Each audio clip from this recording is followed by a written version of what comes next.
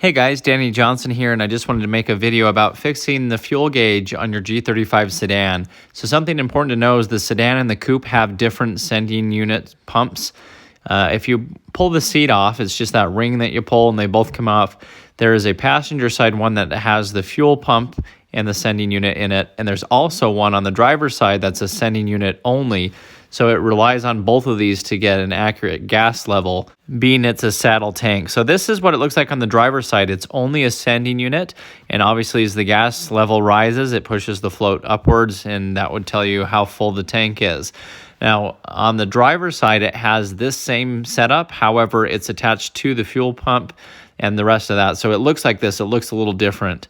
And again, this is the sedan only. The coupe even looks different than this, with springs and everything. But the G35 sedan fuel pump assembly is almost impossible to find, and I almost gave up on it, but I did find just that top portion. So this is what it looks like switched out, and I have videos in the description I'd like you to check. It shows the whole process of switching it out. But again, I could find the top part of the sending unit for the fuel pump side. You just can't find the whole fuel pump assembly if that's what you've been searching for.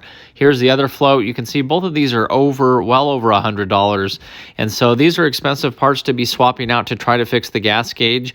And most likely what you'll need to do is actually remove the gauge cluster and have it sent out to be repaired. And that's what my case was. So I dumped a good $250 into this before realizing it's not the sending units themselves, which is what it would make you think, but it's actually the gauge cluster. So check the video description as well, where I have videos on pulling out the gauge cluster and sending it off and the success I had having it repaired. And this is just something that comes up a lot with these fuel sending units. And so again, most likely it's not going to be the sending unit itself, it's going to be the gauge cluster. Of course, anything can fail, but that was what it was in my experience. So anyway, thanks for watching, and check the video description for a playlist that I have on the same car. And if you're new to the channel, feel free to subscribe. Thanks, guys.